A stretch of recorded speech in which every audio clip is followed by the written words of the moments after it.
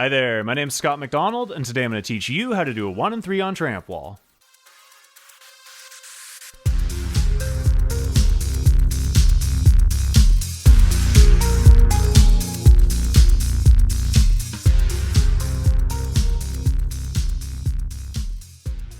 Before learning these, you should be extremely comfortable with high, clean swan dives on Trampwall, and with both 1 and 3s and double porpoises on trampoline.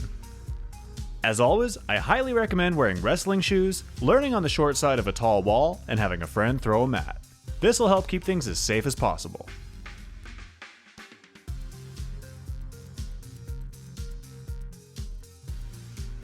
One and 3s are a huge milestone trick, as they're the first double flip that most people learn on the wall. Even though they can be very intimidating at first, they're actually pretty straightforward. A 1 and 3 on Trampwall is essentially just a combination of two tricks you should already be able to do effortlessly.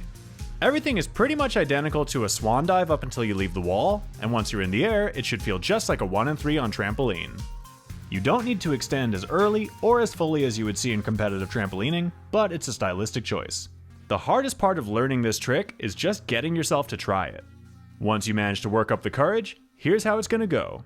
Stand up into the takeoff to minimize the angle between your hips and torso, lift both arms up your front and overhead, and push straight upward into your set with a 1-2 rhythm. As you get airborne, set momentarily, then throw your arms and tuck into the flip. Open in time to land flat on your back with your arms and knees bent in front of you, and kick back to the wall to complete the trick. As far as visual reference points go, when you're on your back, spot the wall where you're going to place your feet. Shift your gaze forwards as you make contact and begin coming upright, set looking forward for a brief moment, then tuck into the flip. The world will blur past really quickly, then start opening and spotting the trampoline. Duck over to your back and spot the wall again, then kick back to it and resume running to finish up.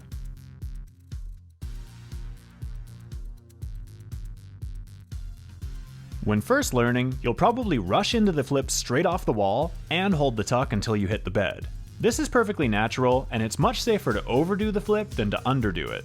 With time and practice, you can start setting more and opening earlier. Remember that your arms and legs should be as far away from each other as possible upon takeoff, so try to reduce any angles between your hips and torso.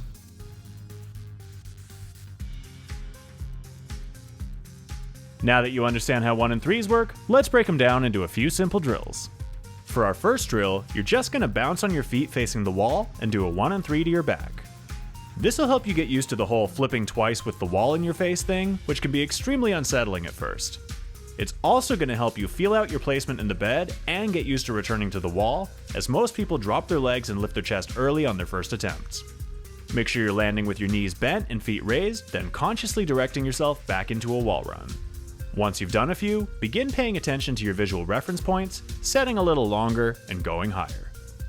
Next, we're going to do a swan dive, but mime the tuck at the point where you would tuck into the 1 and 3.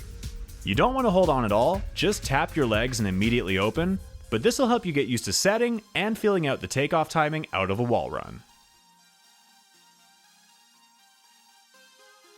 For most people, our final drill is actually scarier, blinder, and harder in general than the 1 and 3 itself. I'm talking about walking front flip to your feet. I didn't learn the trick this way, it's not strictly necessary, but if you keep getting lost, this drill will help a lot with your air awareness. Just like in your swan dive in 1 and 3, it's important to stand up into the walking front flip set instead of rushing the takeoff.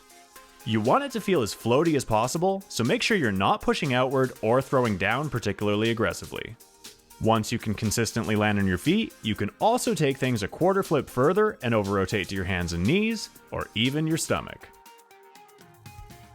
If you do choose to try these drills, just remember they have the potential to seriously injure you if you land incorrectly, so please train safely and responsibly and have a friend throw a mat.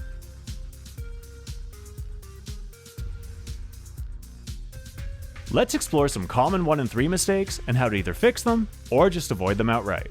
Almost every one of these problems is caused by fear, which tends to make people rush their takeoff. Rushing tends to manifest itself in a variety of ways. If you're kind of drop kicking the wall with both feet simultaneously, you'll tend to push too far out and land with your head in the springs. If you're leaned back or hunched forward when you take off, you're greatly increasing the risk of getting lost in the air.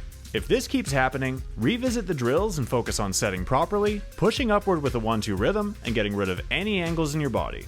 Remember that your takeoff should feel just like a regular swan dive. Even though you're going to add an extra flip, the tuck will accelerate you, so you don't need to change your body positioning, timing, or throw your arm super hard. On the other end of the spectrum, if you hesitate upon takeoff, you might not start flipping until you're already falling, and this will kill your ability to generate rotation. Make sure you're fully committed before you even take off. Almost everyone messes up the return to the wall at first, mostly because they're so focused on the big scary trick that they momentarily forget to direct themselves back to the wall once they duck over. Be patient as you land, and remember that the trick isn't over when you duck over to your back, it's over when you've reconnected with the wall.